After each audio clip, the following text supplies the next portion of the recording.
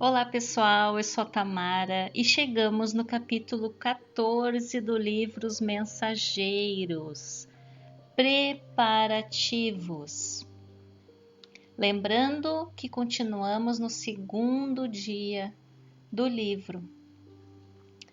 À noite, Aniceto veio ver-nos, começando por dizer: amanhã deveremos partir os três a serviço nas esferas da crosta.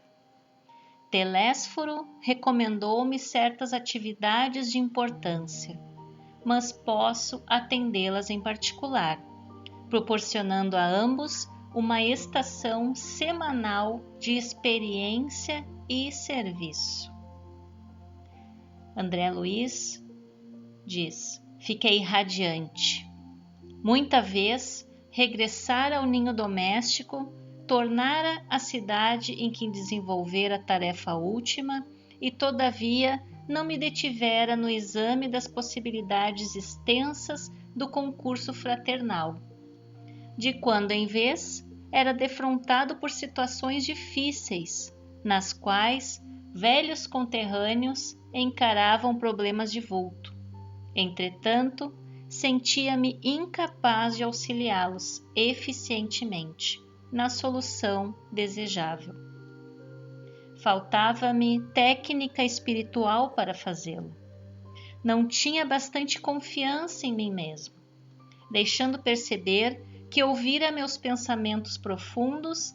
Aniceto dirigiu-me a palavra de maneira especial, asseverando: você, André, ainda não pôde auxiliar os amigos encarnados porque ainda não adquiriu a devida capacidade para ver. É razoável. Quando na carne, somos muitas vezes inclinados a verificar tão somente os efeitos, sem ponderar as origens. No mendigo, vemos apenas a miséria, no enfermo, somente a ruína física. Faz-se indispensável identificar as causas desses problemas. Aqui no começo, André Luiz narra, conta que ele reconhece que nas suas visitas, ao lar terreno, ao antigo lar terreno da sua ex-esposa, sua família, ele, em alguns momentos, ele não pôde ajudar, como até no caso do livro Nosso Lar, em que o marido da esposa dele, a antiga esposa dele, estava com problemas, tinham obsessores e também tinha a questão da saúde, e ele não conseguiu auxiliar. Daí ele, em pensamento, pediu ajuda para a enfermeira que veio ajudar. Então esse é um exemplo de vários outros que André deve ter passado essa dificuldade de ter ido visitar e de não conseguir auxiliar como devidamente, como ele gostaria. Então ele lembra desses episódios que algumas vezes quando ele foi, ele não conseguiu ajudar. E aí, Aniceto, como se estivesse lendo o pensamento de André Luiz, falou para ele: tu não conseguiu ajudar porque tu não teve olhos de ver. Porque quando a gente vê um doente, a gente está vendo ali a doença, o sofrimento, mas a gente não está vendo a causa lá atrás. Quando a gente vê um mendigo, a gente está vendo ali a miséria, a pobreza, mas a gente não vê a causa, a origem lá atrás. Isso Aniceto está explicando. Depois de meditar alguns momentos, prosseguiu: procuraremos, contudo, remediar a situação. Amanhã, pela madrugada, você e Vicente apareçam no gabinete do auxílio magnético, às percepções, que fica junto ao centro de mensageiros. Darei a providência para que vocês alcancem o necessário melhoramento da visão. Peço-lhes, todavia, receberem semelhante auxílio em prece. Roguem a Deus lhes permita a dilatação do poder visual.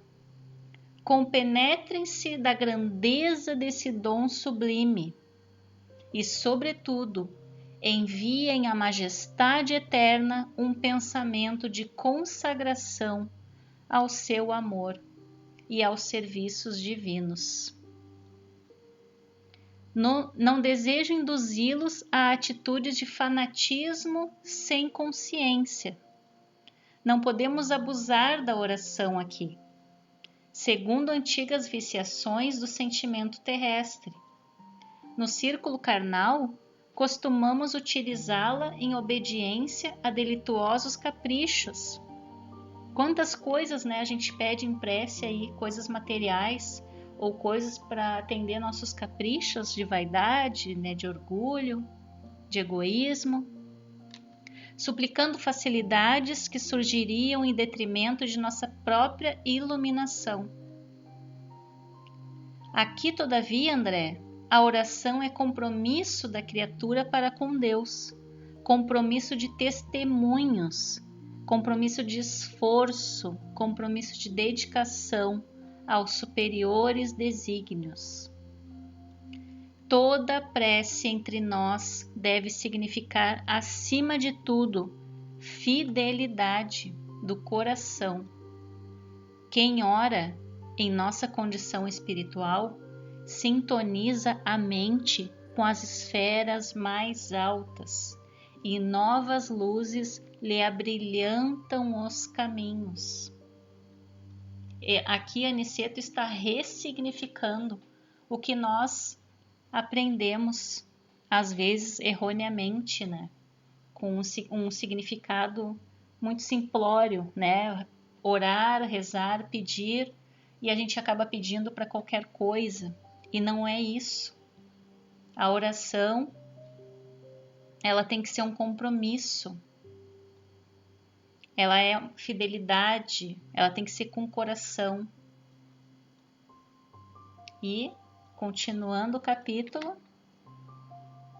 André Luiz diz: diante da nobre autoridade de Aniceto, não me atrevi a falar, e cheguei mesmo a recear a externação de qualquer pensamento. André Luiz percebeu já que ali eles veem, percebem o pensamento um do outro. Então, ele ia pensar alguma coisa, ele conseguiu recear, conseguiu fazer com que não viesse nenhum pensamento. Ele estava ali totalmente aberto à escuta de Aniceto. Deixou-nos o generoso instrutor com palavras carinhosas de amizade e incentivo. Vicente e eu acalentávamos projetos magníficos. Fiamos pela primeira vez cooperar a favor dos encarnados em geral. Nosso repouso noturno foi brevíssimo. Aguardávamos ansiosamente a alvorada, a fim de receber o auxílio magnético do gabinete referido. Poucas vezes orei com emoção daquela hora. Os esclarecidos técnicos da instituição colocaram-nos, primeiramente, em relação mental direta com eles e, em seguida, submeteram-nos a determinadas aplicações espirituais, que ainda não posso compreender em toda a extensão e transcendência. Observei, contudo, que a colaboração magnética não nos retirava o sentido consciencial, ele não perdia a consciência. E aproveitei a oportunidade para a oração sincera, que era mais um compromisso de trabalho que ato de súplica, propriamente considerado. Decorrido certo tempo, fomos declarados em liberdade para sair. quando nos prouvesse. Terminou a aplicação magnética e espiritual, terminada a prece, eles foram liberados. A princípio, nada notei de extraordinário, embora sentisse dentro do coração nova coragem e alegria diferente. Experimentava bom ânimo, até então desconhecido. Meus sentidos da visão e da audição pareciam mais límpidos. Aniceto, que se mostrava muito satisfeito, esperava-nos no centro, marcando a partida para o meio-dia. Ansioso, aguardei o instante aprazado. Não nos ausentamos de nosso lar como os viajores terrestres, geralmente carregados de matalotagens e volumes diversos. Não. Aqui, disse Aniceto jocosamente, toda nossa bagagem é a do coração. O que você tem no seu coração, você vai levar.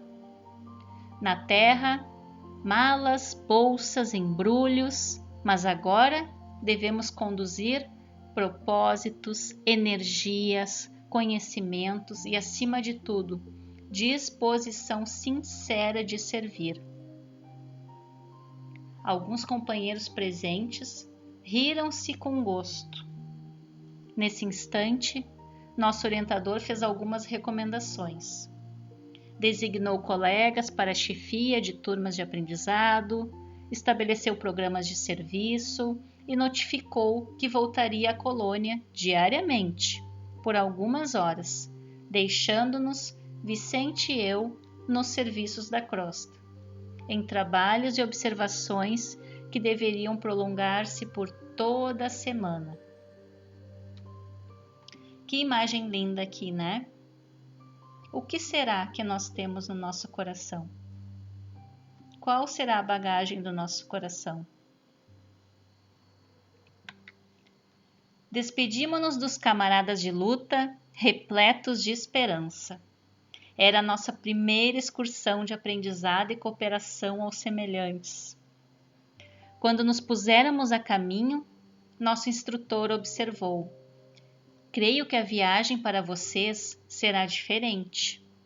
Certo, estão habituados à passagem livre, mantida por ordem superior para as atividades normais de nossos trabalhos e trânsito dos irmãos esclarecidos em vésperas de reencarnação.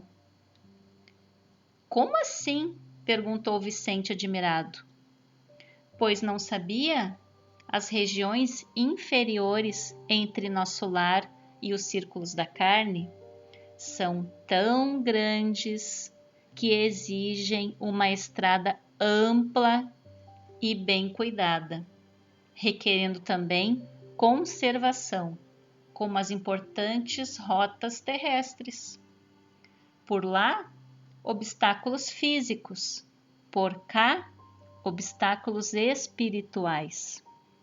As vias de comunicação normais destinam-se a intercâmbio indispensável. Os que se encontram nas tarefas da nossa rotina sagrada precisam livre trânsito e os que se dirigem da esfera superior à reencarnação devem seguir com a harmonia possível, sem contato direto com as expressões dos círculos mais baixos. A absorção de elementos inferiores determinaria sérios desequilíbrios no renascimento deles. Há que evitar semelhantes distúrbios. Nós, porém, seguimos numa expedição de aprendizado e experiência. Não devemos, por isso, preferir os caminhos mais fáceis. Aniceto está dizendo que existem vários caminhos entre nosso lar e a crosta da terra, e que existem caminhos mais fáceis, mais rápidos, mais bem vigiados, mais limpos, mais organizados.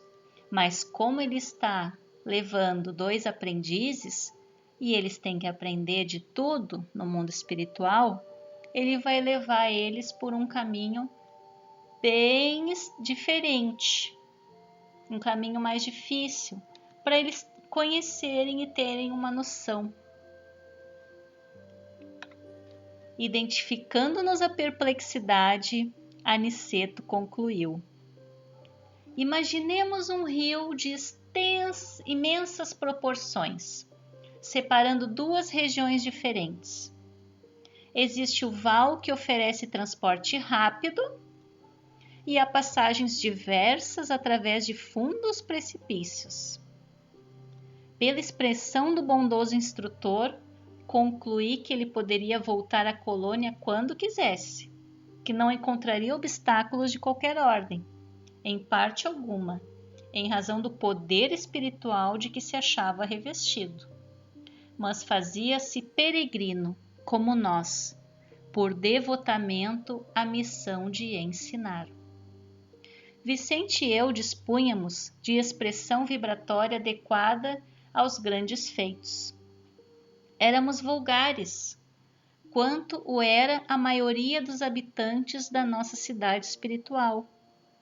Possuíamos apenas alguns princípios de volitação.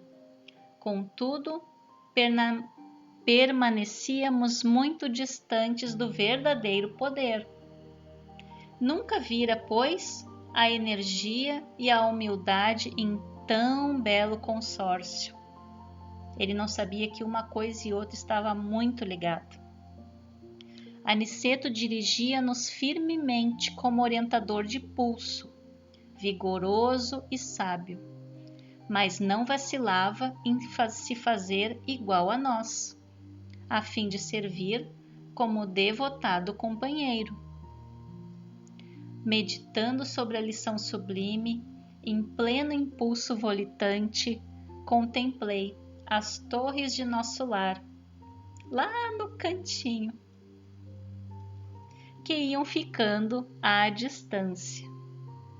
Podemos ver aqui nessa imagem, do projeto Imagem, que a paisagem já modificou, que a estrada já está diferente. E eles estão no início dessa estrada, que vai continuar nos próximos capítulos. Um beijo a todos, fiquem com Deus e até o próximo estudo.